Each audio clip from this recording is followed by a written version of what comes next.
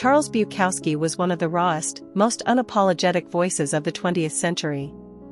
A poet, novelist, and storyteller who stripped life down to its ugliest truths, and somehow, made them beautiful. But the road to becoming Bukowski was not paved with brilliance or instant success. It was scarred, lonely, and full of failure. Born in Germany in 1920, Bukowski moved with his family to the United States as a child. His early years were brutal, beaten by his father, mocked for his accent, and later disfigured by a severe case of acne that covered his face in scars. He was the outsider everywhere he went. School offered no comfort. Home offered no safety.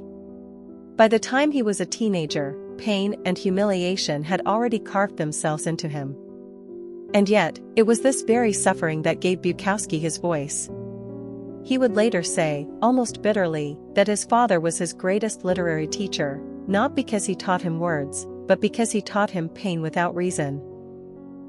Bukowski tried the traditional route. He went to college. He wrote stories. He sent them out to publishers. But rejection followed him everywhere. Out of hundreds of submissions, almost nothing got accepted. Eventually, he gave up. He stopped writing. He worked odd jobs, most famously at the post office, and sank into a kind of hopeless routine. At 35, a bleeding ulcer nearly killed him. He survived, but the brush with death stirred something. He quit his job and picked up writing again. For a time, it still went nowhere. Little magazines published his work, but no fame, no money. Just more obscurity.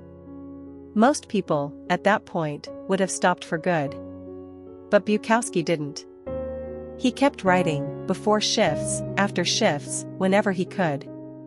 Not because it was paying off, but because he couldn't not write. And then, in his 50s, when most people are settling into the quiet of midlife, Bukowski finally broke through. A publisher gave him a chance. His books reached readers.